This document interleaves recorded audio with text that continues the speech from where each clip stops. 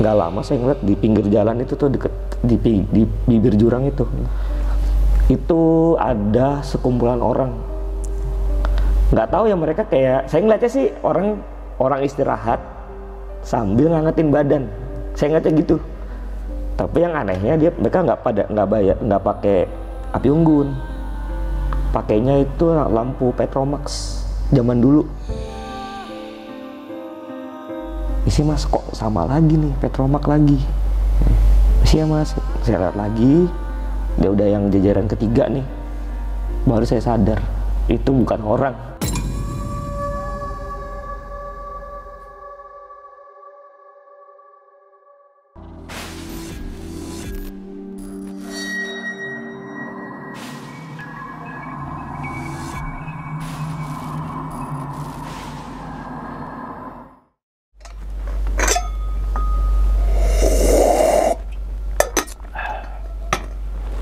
Assalamualaikum warahmatullahi wabarakatuh. Kembali lagi bersama gue Sumar Adiwijaya atau biasa dipanggil Umang dalam segmen Kisah Mistis Pendaki.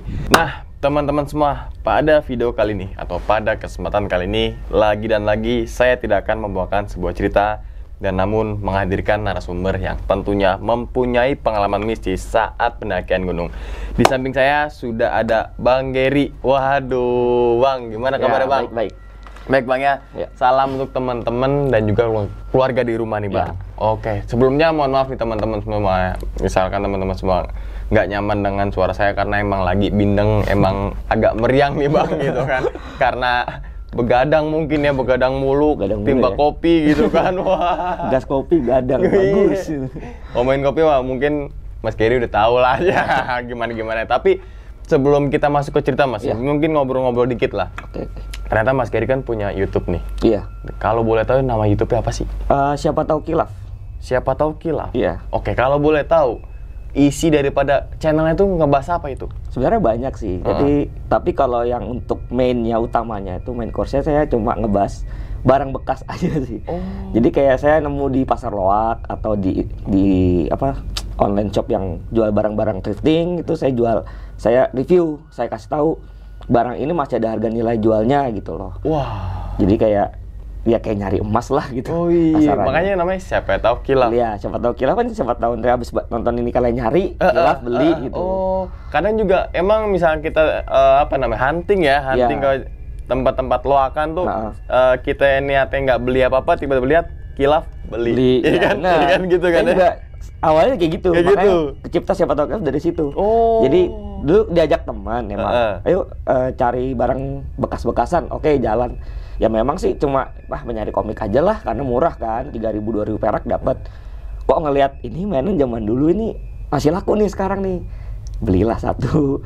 Nggak buat koleksi. Besoknya datang lagi kok kilaf. Akhirnya kok kayaknya cuma numpuk nggak asik nih. Di review lah, bisa saya jual juga di ini toko-toko online saya gitu. Ternyata masih ada nilai jual. Iya, ternyata masih laku gitu. Jadi beli 30.000 jual 80. Oh, gitu. Itu berarti kan bisa dibilang banyakan orang mandang sebelah mata nih dengan barang-barang bekas itu ya. Jadi kalau saya cerita ke teman-teman saya yang cewek itu juga lah kok lu mulung kayak gimana? Tapi mulung nggak ada duitnya kenapa enggak gitu. Nah, itu. Yang penting kan halal itu teman-teman semua kan gitu kan. Banyak juga teman-teman yang kayak toko outdoor atau bergerak dalam bidang apapun itu juga nyari yang barang bekas namun masih layak dan masih ada nilai jual kan gitu. Dan kadang-kadang orang beli juga dipakai sendiri ada. Nah, berarti kan peminatnya masih banyak ini gitu kan di Indonesia kan. Apalagi kayak sekarang paling gampang HP jadul lah, itu masih banyak yang cari. Betul. Berarti lebih ke kolektor item kali ya kalau barang-barang kayak gitu kali ya. Benar, kebanyakan kolektor item. Nah, misalnya teman-teman semua nih Mas pengen apa ya? Tadi kan ada toko apanya itu? Toko online-nya lah. Online-nya tuh bisa lihat-lihat di mana tuh? Di Instagramnya bisa di @siapataukilaf, sama di Carousel juga sama @siapataukilaf gitu. Oke, langsung aja teman-teman semua. Lihat-lihat aja dulu, siapa tahu teman-teman kilaf ya gitu kan. Oke Mas. Kalau boleh tahu nih Mas, pada kesempatan kali ini Mas Gary akan menceritakan pengalamannya saat naik gunung mana nih? Waktu itu Gunung Lawu. Gunung Lawu? Iya. Itu pendakian kedua sebenarnya. Kalau pendakian pertama saya sendirian juga nggak ada masalah. Yang kedua ini, jadi ada masalah. Dan sampai sekarang masih kerekam di kepala saya. Karena saya selalu ingat kejadian yang mungkin nggak masuk akal di saya. Gitu. Jadi kayak nggak bisa ketemu lah logikanya. Itu kalau boleh tahun berapa itu Mas? Antara 2013-an, 13-an lah saya. 13-an. 2013-an. Gunung Lawu lewat jalur mana Mas?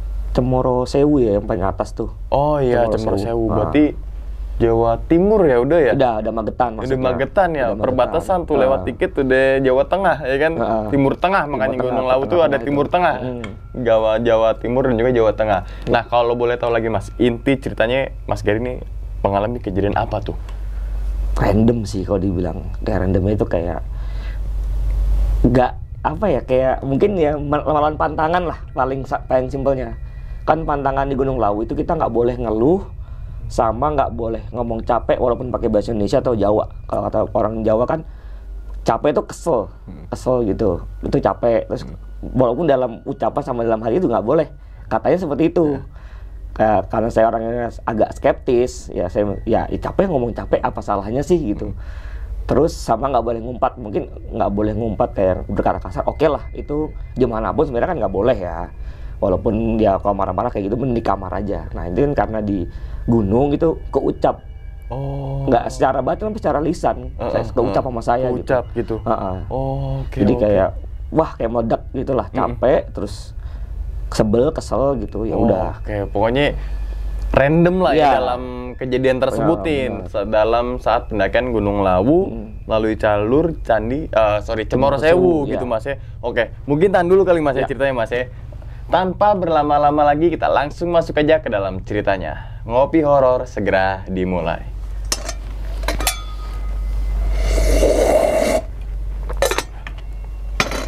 Sika.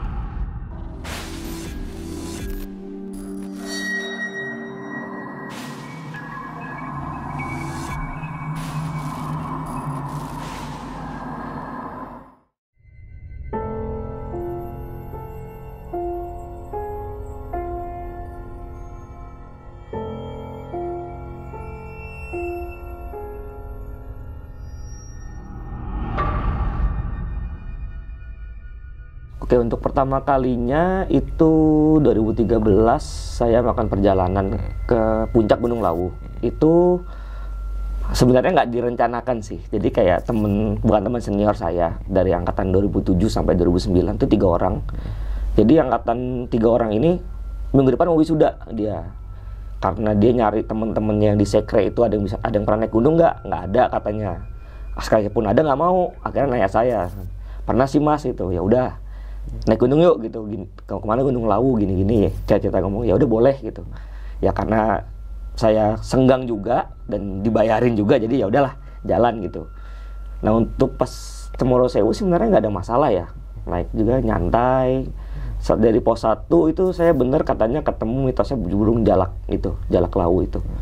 Ya ketemu ya biasa aja lah, kayak ya saya kayak gimana sih, kayak manggil burung gitu, nyamperin, bersikap ramah lah.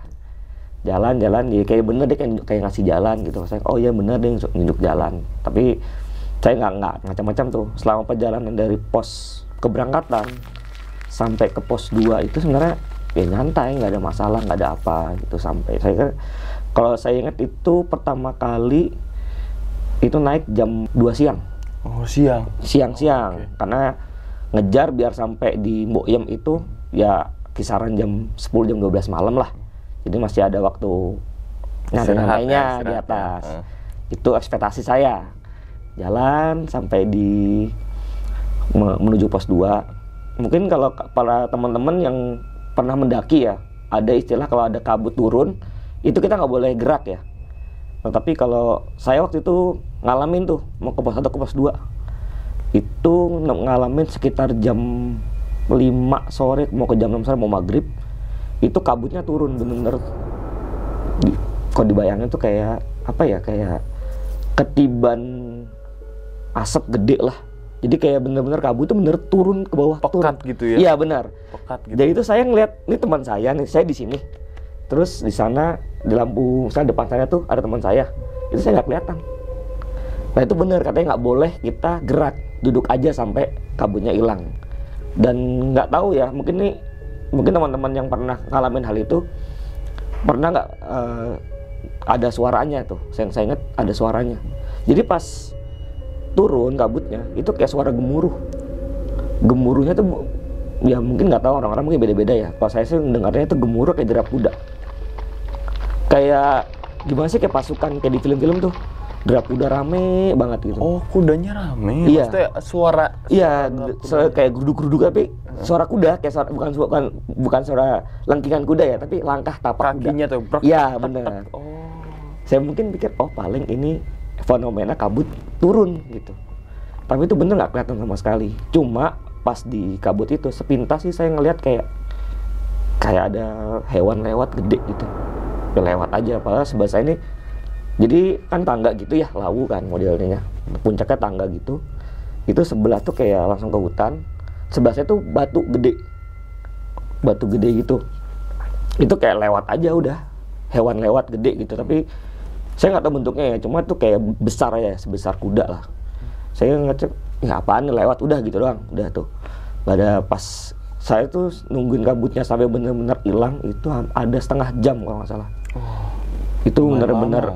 Itu bener-bener saya tuh situ agak-agak takutnya. Senior saya ada yang ngaco, tahu jalan ke atas, saya takutnya itu. Nah saya teriak-teriakin kan, saya panggil, mas, di depan saya nggak? Iya itu. Mas itu, terus jangan gerak dulu ya mas, saya ngomong kayak gitu kan, jangan gerak dulu, kabutnya masih turun gitu. Udah tuh kelar, udah saya sampai situ nggak ada masalah, cuma saya mikir, oh fenomena alam.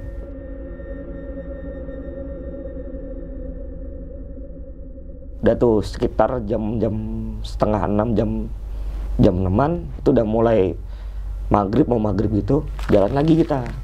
Nyampe di pos 2 yang ada perumahan kecil itu tuh. Nah, shelternya itu rame sama orang-orang. Situ kita lengkap, untungnya nggak ada masalah, nggak ada apa, terus sehat-sehat semua kan.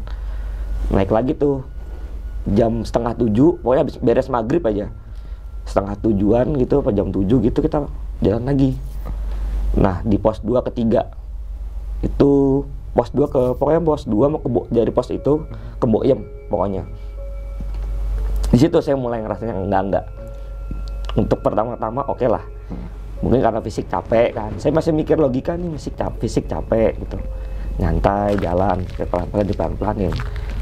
Tapi salahnya saya ngelawan pantangan yang katanya emang nggak boleh ngeluh kalau ke lawu. Ya kalau emang capek disimpan dalam hati aja. Capek istirahat, nggak usah ngeluh gitu loh. Jadi kayak ya udah, jeleknya saya maksainnya tuh ngejar kayak gue pengen cepet-cepet ke Boyem makan pecel. Dah intinya itu, karena gue pengen sampai di tempatnya Boyem itu bangun tenda, gue pengen ngopi, pengen ngudut, makan pecel. Dah nyantai lah ya. Iya gitu nyantai, ya. udah nyantai gitu. Ya. Udahlah gue paksa aja gitu. Nah pas jalan itu maksa, saya juga nggak boker itu nggak berat-berat banget sebenarnya. Ya cuma air minum doang sama tenda gitu, angkat. Itu juga nggak, sebenarnya kok itu emang dalam hati udah mulai kayak wah capek gue anjir, wah capek gue, kesel, wah pakai bahasa Jawa, bahasa Indonesia saya ungkapin semua dalam hati awal-awal. Dia jalan sudah setengah jalan tuh makin berat. Jadi emang katanya gitu, kalau misalnya kita ngeluh tambah berat perjalanannya. Itu kayak ini kok berat gitu, tapi udahlah. Mungkin karena saya maksain, terus istirahat. Pas istirahat tuh saya ngeluh lagi. Ngeluhnya dicampur pakai makian. Sompral lah bahasanya lah. Semua kebun binatang keluar lah gitu. Itu bener-bener kayak stres. Itu kayak stres banget, saya kayak udah capek banget, terus ditambah badan agak pegel nih, kaki nih agak sakit-sakit kan, karena udah tadi jalan naik, modelnya kan tangga kan laut. Nah situ saya duduk itu kayak wah capek lah, bla kayak semua saya keluarin, saya ungkapin kekesalan saya. Tahu-tahu nggak lama saya dengar suara macan, raungan macan itu 2 kali. Yang saya pikir, saya kaget nengok kan, nyari di mana nih. Soalnya sebelah saya itu pas hutan banget gitu loh, jadi kayak jurang ke bawah tuh hutan gitu. Karena saya takutnya gini, yang saya temuin macan beneran. Kalau macan gaib kan mentok kesurupan pun teman saya mungkin ada yang bisa lah gitu, tapi kalau macan beneran diterkam siapa yang mau ngerawatnya gitu. Betul. Dari situ saya udah agak panik tuh, wah ini macan beneran bukan ya. 2 kali roungan itu saya berdiri kan, nyari itu udah siap kayu pokoknya. Udah pegang kayu udah gini kok nyari, oh nggak ada, aman, duduk lagi. Nah, ketiga senior saya datang. Terus saya ngomong, "Mas, hati-hati Mas, ada macan." "Macan apaan sih? Di Lawu nggak ada macan, Ger," gitu. "Ah, tadi aku dengar suara macan," gitu. Saya, "Nggak ada, nggak usah aneh-aneh," gitu. Udah tuh, istirahat bentar lagi. Saya lanjut jalan. Dalam perjalanan lagi, nggak lama tuh saya istirahat lagi.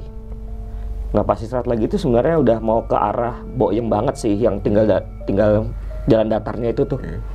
Nah, situ tuh saya duduk sama senior saya tuh nggak jauh, jaraknya sekitar 2 meter di bawah saya lah. Jadi saya itu paling atas, di paling atasnya itu.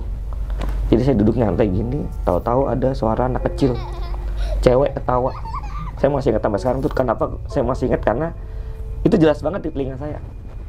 Kayak gimana sih, kayak lagi duduk nih, misalnya Mas punya ponakan ya, ketawa hihi gitu. Oh, kayak lagi main gitu ya? Dia ngomong, pertama suaranya tuh kayak anak kecil. Ih, itu, saya nengok, nggak ada apa-apa nih. Ah, iseng aja, bangke gitu kan. Saya ngumpat lagi tuh. Karena kalau udah capek, saya emang paling nggak bisa disengin kan. So, adalah cuek lah. Nggak lama, ada lagi. Ketawa lagi, anak kecil. Tapi ini umurnya agak gedean dikit kok. Ya kayak umur 6 SD lah. Soalnya dia ketawa juga. Ih, gitu. Wah, mulai nggak bener nih gitu. Saya nanya bawa saya, "Mas, denger anak kecil nggak?" "Nggak ada, Ger. Halu kali itu, mungkin capek kali." Ya iyalah, mungkin lah, saya mikir gitu. Bakar rokok, minum air putih, nyantai. Sekarang dua-duanya ketawa. Langsung barengan dong. Langsung dek. Wah, ini apaan nih? Langsung saya ngomong ke atas, "Mas, lanjut aja yuk, Mas. Gak enak nih perasaan saya." Itu pokoknya di jam-jam 9-an, jam 10-an. "Udah Mas, lanjut aja yuk, perasaanku gak enak." "Ntar dulu lah, nyantai," gitu. Ah, udahlah, nungguin mereka. Saya masih tetap was-was, nengok gitu. Terus pas saya lagi diem lagi, nengok dikit, itu kayak ada yang lari gitu. Saya mikir, itu mungkin pendaki iseng. Tapi logikanya mana ada sih pendaki iseng segitunya ya dong. Dia udah sampai depan, balik lagi cuma ngisengin kita, kan nggak mungkin. Gitu. Lagian aneh aja sih kelakuan kayak gitu kan. Pendaki nggak mungkin kayak gitu, saya mikir. Tapi nggak mungkin juga. Gitu. Adalah capek doang nih mungkin gue gitu. Dia tuh pas sudah anak-anak teman-teman saya udah siap, ya jalan lagi. Perjalanan itu ke arah Boyem itu, yang jalannya yang udah mulai datar lah, udah nggak ada tangga-tangganya lagi. Yang udah kiri kanan udah jurang ngeplong, semua ya, itu yang ngeplong itu. Tuh di jalan itu tinggal saya berempat. Saya paling depan. Pas saya jalan paling depan, itu kayak badan lemes. Kayak lemesnya kayak lemes ngantuk gitu, kayak lemes ngantuk, terus kayak saya jalan aja udah kayak nyantai. Nggak lama saya ngeliat di pinggir jalan itu tuh, deket di bibir jurang itu ada sekumpulan orang. Nggak tahu ya, mereka kayak, saya ngeliatnya sih orang istirahat sambil ngangetin badan. Saya ngeliatnya gitu. Tapi yang anehnya mereka nggak pakai api unggun. Pakainya itu lampu Petromax zaman dulu, yang masih ada payungnya itu. Itu masih ingat jelas, karena saya ngelihat sendiri pas di bawah saya lewat gini sih ngelihat. Masih ada aja barang begini, saya mikir itu. Masih ada aja barang kayak gini. Tuh orangnya yang saya lihat itu tuh dia posisinya begini aja. Sekitaran berapa orang itu Mas? Kira-kira aja. Kalau yang saya lihat jelas 5 lebih. Ada Mas, deret itu. Jadi per lampu itu pencerahannya itu kan kayak jaraknya 1 meteran lah. Itu ada mungkin sekitar itu ada 3 sampai 2 orang, yang mungkin 15-an orang lah. Oh, banyak. Ya, karena makanya saya mikir situ nggak mikir aneh. Iya. Orang istirahat, ya dong. Untuk secara logika itu orang istirahat capek gitu. Saya cuma bilang, "Misi ya Mas," gitu. Orangnya tuh ngatain saya gini, mukanya datar, mukanya pucat datar gitu. Saya pikir apa ini dinginan gitu, saya jalan lagi. "Misi Mas, kok sama lagi nih, Petromax lagi." "Misi ya Mas." Saya lihat lagi, dia udah yang jajaran ketiga nih. Baru saya sadar, itu bukan orang. Tapi ya nggak tahu ya, mungkin saya nggak tahu itu demit atau saya kemasuk kemana, saya nggak tahu. Karena saya sadarnya itu bukan orang, dia ngeluh, "Mas tolong saya kedinginan di sini." Langsung, lah itu kan saya mikir tuh ada teman lu loh di situ 3 orang.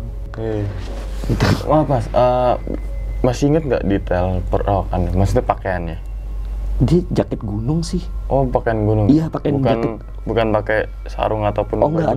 Ya? Bener-bener jaket gunung gitu, kayak pendaki lah. Oh, kayak bener pendaki gitu. Saya kayak ingat yang, "Mas tolong saya, dingin." Nah, temennya ada. Depan tuh petromak, masa dingin gitu. "Oh iya Mbak, sebentar ya, saya nunggu teman saya." Kalau saya ngomong gitu. Terus saya lewat aja. Dia ngeliatin lagi, ngelos. Pas yang keempat itu baru saya ditepok sama teman saya. Teman saya bilang, "Mau kemana?" "Depan jurang." Jalurnya kan ya lurus aja ya. Saya tuh belok. Dikit lagi tuh mau jatuh. Oke. Mau jatuh gitu, ditepok. "Mau kemana?" "Depan jurang." Masuk, astagfirullahaladzim. Lah, saya ngok lagi ke belakang, gelap. Nggak ada ya? Nggak ada. Petromak. Nggak ada. Kosong. Terus saya nggak mau bahas tuh. "Ngantuk kali, Mas, aku ngantuk Mas. Aku tengah aja ya." Aku ngomong gitu sama seniorku. "Ya udah, saya dari kamu sok jagoan sih di depan," gitu. Wah, itu udah mulai nggak enak tuh, udah mulai pucat muka saya. Itu udah mulai mual-mual nggak jelas lah. Jalan, akhirnya sampai di Boyem. Nah, di Boyem itu biasa aja nih, saya akhirnya keturutan. Beli pecel, makan, apa. Bangun tenda nih, saya bangunin tenda, selesai semua makan, ngobrol-ngobrol. Udah kan, kelar kan. Nah, senior saya di depan ngerokok sama ini, bikin api unggun kecil-kecilan gitu. Bikin dia bakar-bakar kecil-kecilan lah, bisa nyalain kompor gitu. Bikin masak mie mereka. "Mas aku tidur duluan ya, badanku nggak enak, capek gitu." "Oh ya udah." Tidur, pakai pakai sleeping bag. Pas tidur, awalnya biasa aja, itu sekitar jam 1-an. Jam 1 malaman gitu. Jadi saya tidur, itu badan nggak lama saya tidur tuh badan di perut sama di kaki tuh berat. Saya mikir, aduh ini kayaknya gue pegel deh gitu. Tapi kok aneh banget. Saya kan sleeping bag tidur begini ya, kayak pocong gitu tidur gini. Terus pas melek, pas saya berusaha bangun gitu kan, itu anak kecil yang tadi, yang mungkin yang ketawa. Yang satu kedengeran lagi? Nggak kedengeran, dia duduk di perut saya satu duduk begini, ngadep muka saya begini. Yang satu duduk di paha saya. Oh, dua-duanya nindihin. Nindih satu, tapi ngadepnya sana, ngadepnya ke nyamping, nggak ke saya. Terus kaget kan, saya nggak bisa ngomong.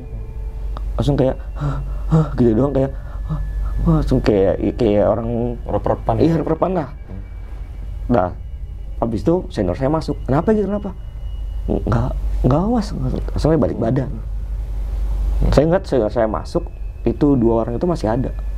Langsung saya balik badan, udah tuh aman kan, saya pikir. Udah itu, terus saya tidur. Udah mulai enak nih tidur. Pas tidur tuh saya sempat mimpi 2 orang itu. Jadi anak kecil itu, saya nggak ingat perawakannya kayak gimana ya. Pokoknya saya ingatnya rambutnya panjang aja udah. Saya masih ingat rambutnya panjang segini lah. Terus 2 orang, ya tingginya nggak jauh beda sih, cuma kayak beda 10 cm ya, segini lah kayak dilihat gitu. Saya ngeliat doang tuh, ngeliat. Terus dia ngedeket, tahu ke muka saya, kayak langsung gini. Terus saya bangun pagi-pagi kaget, langsung kayak shock gitu, langsung kayak pelongo nih. Apaan ini? Tuh pas saya bangun tuh saya ngeliat jam setengah 6 pagi. Ternyata senior saya masih ada satu situ, dia nggak ikut puncak. Mas nggak ikut, saya tanya, "Mas nggak ikut Mas?" "Lah semalaman kamu aja teriak-teriak nggak jelas." Jadi selama saya tidur itu, saya tuh katanya ngeluhnya tuh sakit sama tolong katanya. Mau minta tolong kayak gitu, tolong. Oke. Padahal di mimpi saya ingetnya, saya masih inget ya, mimpi cuma gelap doang sama ketemu anak kecil, terus udah ketemu gitu di plang gitu, depan muka, bener-bener depan muka segini nih. Udah gitu doang, kayak, "Masa sih Mas?" "Lah iya, makanya saya tak kira kamu tuh sakit." Oh ya udahlah gitu. Udah aman nih. saya cuma minum kopi doang, terus ngerasain kok kaki saya pegel ya, sakit bagian paha nih. Saya buka dong celana, saya lihat biru, tapak kaki. Oh, tapak kaki? Iya. Itu yang makanya saya bilang ini anak kecil nih, kecil soalnya segini nih, biru gitu, tapak kaki. Iya nggak terlalu jelas sih, cuma bentuknya kayak tapak kaki gitu, nggak terlalu jelas emang. Ini kenapa nih? Udah saya nggak ngomong. Karena saya juga dibilangnya ngada-ngada kan, nggak usah lah, udah biarin gitu. Tapi itu ngilu sampai perjalanan pulang sih, masih sampai kosan masih ngilu. Tapi sih ngilunya positif tingginya itu karena capek naik. Kalau dibilang kan ya paling capek karena naik gunung gitu. Udah tuh, udah selesai semua segala macam, kita rubuhin tenda, pulang jam 10 pagi. Nah pas pulang itu saya sempat kayak minta maaf lah, atau kayak gimana lah, kayak ya minta maaf lah gitu intinya lah, sama ke Gunung Lawu itu, kayak kapunten, saya kemarin marah-marah gini gitu.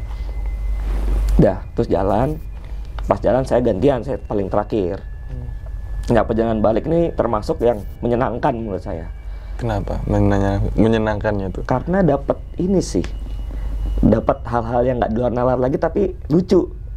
Jadi kayak saya duduk jalan nih baru dari Boyem mau ke tangga itu, yang Pasar Bubrah itu sih kalau kata orang-orang, daerah Pasar Bubrah itu.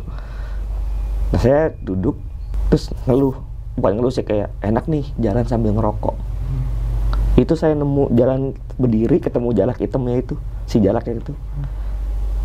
Saya jalan dikit nemu gudang rokok, ini nemu rokok lah ya, nemu rokok. Itu isinya 4 batang sama korek 1, korek gas. Itu saya pikir ya udah ambil aja lah, mungkin orang jatuh ya. Hitung-hitung gue bantuin buang sampah nih gitu. Ngerokok, udah tuh udah masukin kantong, jalan lagi. Lemes banget, kayak butuh manis-manis buat tenaga kan. Kayaknya minum madu enak gitu, minum madu enak nih. Si jalaknya turun lagi, terus dia turun 3 langkah gitu. Saya kejar kan, saya nginjek itu dulu ada namanya madu kayak coki-coki gitu, kayak madu stick gitu lah. Madu stick itu masih utuh, belum kebuka. Saya lihat expirednya, masih lama. Saya pikir itu punya orang jatuh, ya udah saya minum aja kan, saya minum. Dan lucunya semua yang saya temuin itu posisinya tuh di pojokan kanan. Oh, rokok terus madu gitu di kanan semua. Kanan semua. Oke. Karena kalau di kiri itu kan langsung bablas jurang. Udahlah, udah enak nih, udah terbantu lah saya kan. Mungkin tadi udah minta maaf kayaknya. Jalan lagi, nah yang terakhirnya saya ngeluhnya tuh kayak, coba tadi gue beli air di Boyem, tapi pengen minum nih, capek gitu pengen minum. Nggak lama orang datang, pakai baju jarik Jawa, tinggi, bawa minuman botol. Mas, haus ya? Oh iya mas, boleh sih minta? Boleh mas, ini minum aja. Saya minum, saya balikin, udah mas bawa aja sampai bawah. Hitung-hitung buang sampah. Oh iya mas. Udah tuh, dia pergi. Pokoknya orang tinggi lah, sekitar hampir 2 meter lah. Sendiri berarti dia? Sendiri. Dia nggak pakai alas kaki, pakai baju jarik Jawa, celana ngatung gitu, terus nggak pakai alas kaki. Saya sih mikirnya dia ini ya kayak orang cosplay aja, positive thinking aja sih. Dan perawakannya saya masih inget tuh, warna kulitnya kayak coklat-coklat orang Jawa banget gitulah. Ya mungkin orang sini lah saya mikir kan. Udah saya minum tuh, udah saya bawa aja tuh tuh minuman saya bawa. Dia jalan. Saya kejar orang itu nggak ada. Jadi pas saya udah mau turun ke bawah gitu tuh kosong. Cuma saya sendiri. Padahal nggak lama 2 orang bule lewat gitu. Udah selama saya perjalanan saya sendiri sampai akhirnya di pos 2 sampai yang ketemu teman-teman saya itu. Nah selama perjalanan itu udah aman sih, emang nggak ada masalah. Udah bener-bener aman, nggak ada kejadian aneh lagi. Sampai pulang, cuma pas pulang di rumah saya mimpi lagi. Mimpi si anak kecil tadi. Sampai di kos-kosan. Oh, yang 2 anak kecil itu ya? Itu pas sampai di kosan tuh kayak udahlah capek nih, saya baca-baca di buku cara ngilangin pegel kaki gimana. Itu beli es batu, direndam, udah saya rendam gitu kan di kamar, dan udah agak enakan tuh. Terus minum obat-obat kayak itulah yang buat pegel-pegel buat warung gitu. Itu udah minum, terus tidur. Pas tidur itu udah mulai mata udah mulai berat, itu paha sakit lagi, paha sini sakit lagi dua-duanya. Terus saya mimpi ketemu lagi sama yang 2 anak kecil itu? Iya, tapi ini dia jaraknya nggak sedekat kayak kemarin pas saya di gunung itu, agak jauh. Cuma ngomong, lain kali jangan marah-marah. Udah tuh langsung saya pagi-pagi langsung longo, ini gua kenapa itu, langsung sholat subuh, habis itu langsung bersih-bersih, mandi besar segala macam, langsung kayak doa-doa lah gitu, kayak wah gua nggak mau mimpi ketemu dia lagi gitu. Nah semenjak saat itu saya udah nggak berani lagi sih ke Lawu. Bukannya nggak berani sih, kayak belum siap lagi ke Lawu sih. Udah 2 kali itu saya udah belum siap lagi. Mungkin kalau diajak bareng-bareng lagi mungkin masih ini mau aja, cuma saya harus mikir dulu kondisi fisik saya juga sih.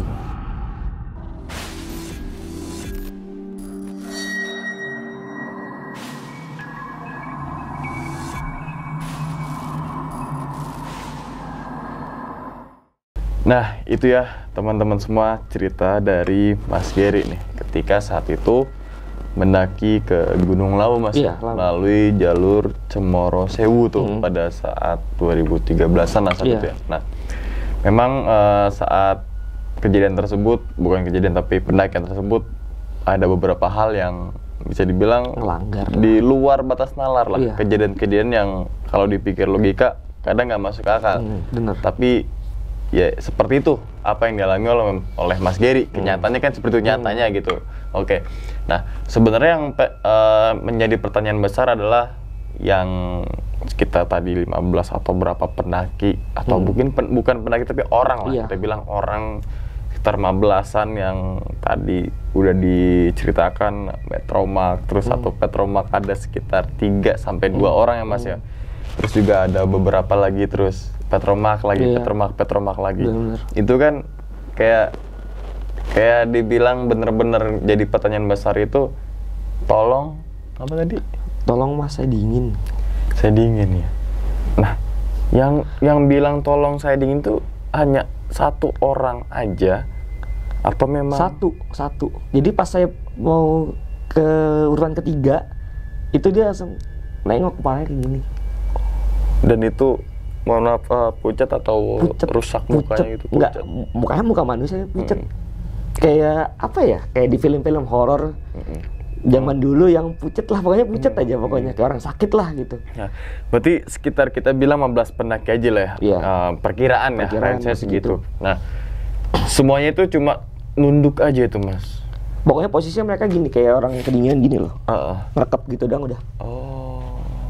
Cuma ya kayak kita kedinginan lah ya. Benar. Gak cuma naik gunung dimanapun dah, kayak kedinginan kan pasti ya gitu. Kayak meluk diri sendiri lah. Iya, meluk diri sendiri lah gitu kan. Nah, terus kan ketika saat itu ditepok ya sama senior Mas Gary itu ya, pundaknya gitu kan. Itu. Mau kemana gitu ya. Dan ternyata ketika ditepok itu baru sadar tuh kalau depan itu jurang. Itu dikit lagi udah game over gitu ya. Game over gitu ya. Nah, tapi ketika saat itu kan pasti ketika ditepok nengok ke belakang. Pasti gini dong. Kan? Nah, ketika ditepok lagi ternyata kan udah nggak ada tuh. Nggak ada, kosong. Bener udah jalur gelap aja udah. Udah kayak, lah kemana yang tadi?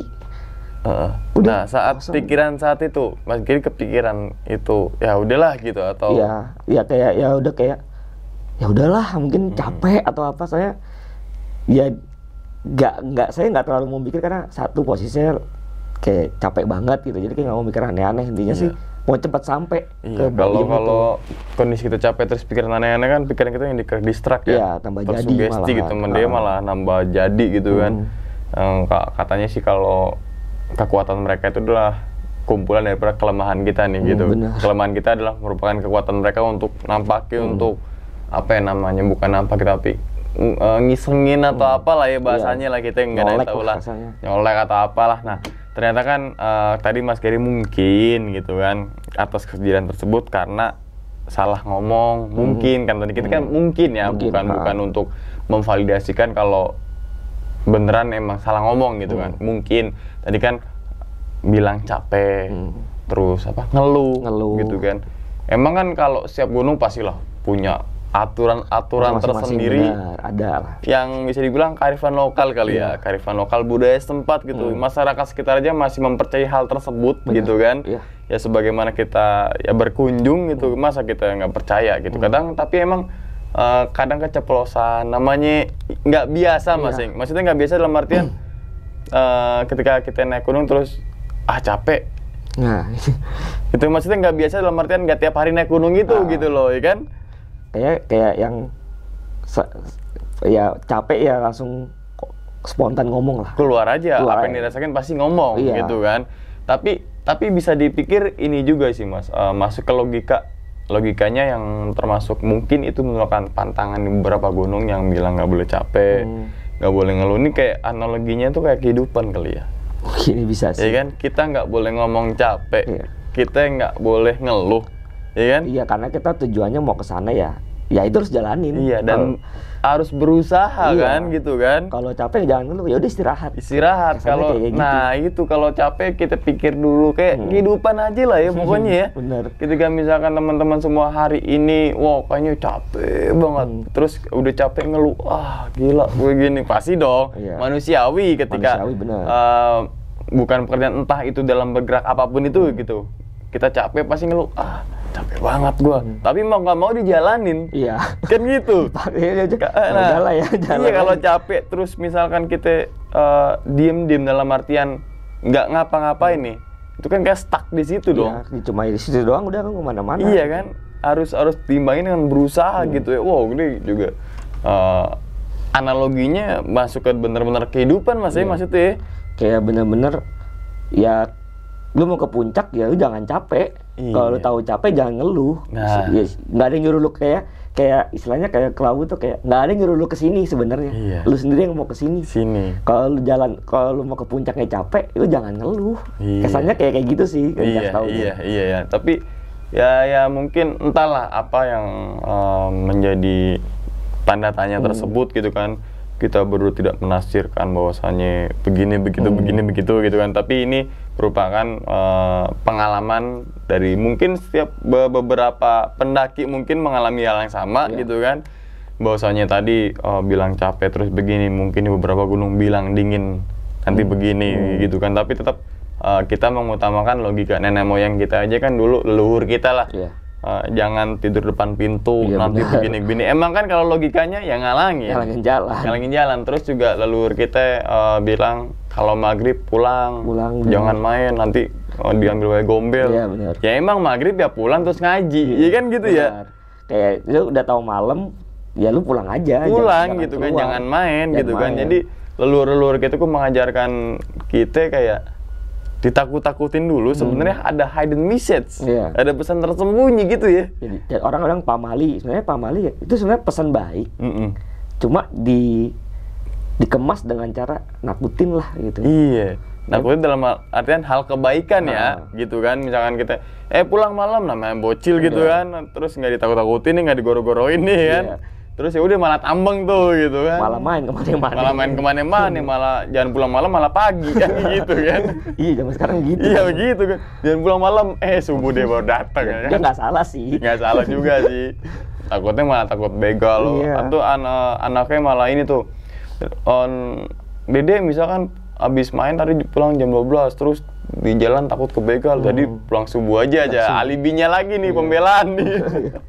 Pokoknya apapun itu teman-teman semua, namanya kearifan lokal dan budaya di beberapa mungkin tempat lah, nggak cuma gunung aja, masuk tempat pasti ada beberapa aturan yang mungkin tidak tertulis. Kalau aturan tertulis kan udah pasti ya, maksudnya udah jelas gitu, begini dan masuk logika gitu kan. Tapi kalau kearifan lokal ataupun budaya setempat emang kayak apa ya? Kayak pesan aja sih. Kayak pesan sih sebenarnya. Soalnya kalau yang masalah yang di Lau itu yang saya tahu ya benar nggak boleh ngeluh, nggak boleh berkata kasar, emang ya itu nggak ada di pas simaksi pun juga nggak ada kan. Paling kalau di pos perizinan cuma misalnya ransel harus bawa gitu kan, sepatu safety lah gitu ya. Gitu. Lebih ke safety lah ya, tapi di balik itu semua kan ada pesan yang tidak tertulis atau pesan yang tersembunyi nih yang disampaikan oleh pihak BSM ataupun dari ya gunung-gunung dimanapun itulah. Tapi teman-teman semua, peraturan-peraturan apapun itu sebenarnya bukan untuk merugikan diri kita ya. Ngingetin gitu. Namanya manusia kan saling ngingetin gitu. Misalkan salah, ingetin, misalnya masih salah, tabuk aja palanya gitu kan. Lo udah kasih tahu lo gitu kan, masih aja batu lo bocahnya lo gitu kan. Nanti tiba-tiba kecelakaan amit-amit yang disalahkan mungkin karena tersuges dengan hal-hal gaib, malah salahnya setan. Iya, padahal dia sendiri yang salah diingetin. Betul, human error gitu kan. Banyak kan kecelakaan di gunung kan memang karena human error. Benar. Bukan gaib ya. Bukan gaib. Misalkan namanya kita kecapean, wajar, halusinasi dan sebagainya. Terus pikiran kita mengacu kepada hal gaib tersebut. Sugesti kita masuk pikiran negatif. Nah, setan ini masuk pikiran kita supaya ngaco nih, ya kan? Yang tadi aturan jalan kiri jadi ke kanan pandangan kita, ya kan? Taunya lurus, ternyata belok gitu. Belok, temukan jebret, turun jatuh ke jurang, langsung salahin. Setan telah ya. Setan. Makanya kadang ya lucu sih, kalau bukannya lucu ya. Sorry nih, bukannya gue nggak percaya, cuma itu kayak kejadian gue tadi tuh ngerasa ya itu mungkin karena gue lelah gitu. Nah, iya. Dan mungkin perjalanan malam kali Mas ya. Benar. Pandangan terbatas gitu kan. Terus mungkin ya. Iya. Terus juga lampu juga nggak cuma senter doang kan. Gitu. Iya. Oksigen juga kan kita berebut dengan tumbuhan gitu kan malam. Terus juga yang masalah kabut turun itu Mas. Yang ketika baru nyampe pos berapa itu ya. Kabut turun itu kan kayak kabutnya pekat. Iya, gitu. Pekat banget itu. Namanya kalau malam terus kita pakai senter tuh kayaknya pekat banget gitu, sampai jarak 2 meter atau berapa meter aja udah nggak kelihatan itu gitu. Posisinya kan. Masih mau sore lagi, masih ada matahari terbenam lah. Itu kayak mungkin Masnya pernah lihat nggak sih kayak di gunung terus ada kayak tumpukan awan gitu. Nah itu yang saya rasain tuh kayak gitu. Tapi kan saya nggak tahu ya kalau kalian mungkin yang sering naik gunung pas ngalamin fenomena itu kedengaran nggak suara gemuruh. Nah itu gemuruh tuh gede banget sih, kayak saya tuh pikirnya tuh dulu gemuruh yang saya takutin gemuruhnya tuh petir yang saya takutin. Karena itu kan posisinya bukan buat kayak kabut, kayak awan turun. Awannya gumpalan apalah gitu ya. Takutnya kan tuh petir atau apa kan, ini suaranya kok kayak derap kuda gitu. Derap kuda. Oke, mungkin analoginya kita berpikir positif lagi nih dengan kejadian nama Mas Gary. Mungkin yang dimaksud dengan derapan kaki kuda mungkin itu merupakan pusaran angin. Kita kadang tahu ya kan? Mungkin itu bisa kadang tahu gitu kan. Kayak saya tahu nggak sengaja lihat ada yang orang nggak tahu hewan gede lewat, mungkin tuh burung lewat kali cepet aja gitu. Atau apapun itulah yang lewat gitu ya. Dan namanya macan kan emang setiap gunung pastilah ada beberapa gunung yang predator paling atas ini pasti ada lah. Namanya juga ekosistem gitu kan. Gak mungkin misalnya predator paling atas nggak ada. Nah, apalagi kan saat itu udah malam Mas ya. Nah, benar udah malam. Udah malam ya, namanya macan kan mungkin beberapa yang keganggu bisa aja teritorinya. Daerah teritorial dia gitu kan. Terus kalau malam tuh nocturnal, ya kan? Karena bisa aja sih macan kan sifatnya teritorial ya, mungkin keganggu. Saya mungkin situ dia kayak saya nggak teriak-teriak atau apa sih, cuma ya mungkin aja dia ngerasa kayak ada seorang di situ kan, kayak area gue nih gitu. Dia kayak mastiin gitu kan, ngeliat kayak ngusir lah, raungan dia kayak ngusir gitu. Kalau ininya ya kayak nunjukin aja sih, gue tuh masih ada loh, gitu loh, keberadaannya loh. Tolong selamatin gue loh, gitu kan. Gue dilangka loh, kayak gitu kali ya kan. Ya mungkin saya kayak gitu. Iya kan, kita tetap berpikir positif aja lah teman-teman semua. Ya saat itu memang kadang kita ke distract gitu kan, itu manusiawi lah gitu, manusiawi. Tapi kan untungnya saat perjalanan turun itu juga kan nggak terjadi apa-apa Mas ya. Ya aman, malah aman tapi aja. cuma kaki aja tuh yang sakit.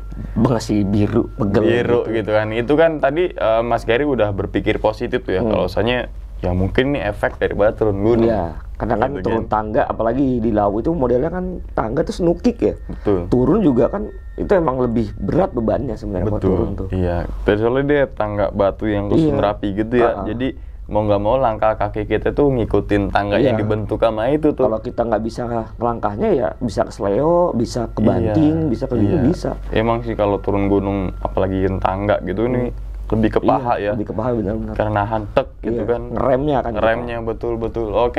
Oke, Mas Gary, sekali lagi terima kasih banyak Mas ya sama-sama. udah menceritakan pengalamannya yang mungkin ini merupakan pengalaman yang nggak bisa dilupakan. Ya, sampai sekarang. Sampai sekarang, dan tadi juga sudah bilang kalau mungkin nanti gue pikir 2 kali lagi kalau ke Gunung Lawu gitu kan. Masing tiap-tiap orang kan masing mempunyai argumen-argumen tersendiri lah gitu. Kenapa orang tersebut nggak mau lagi ke Gunung Lawu.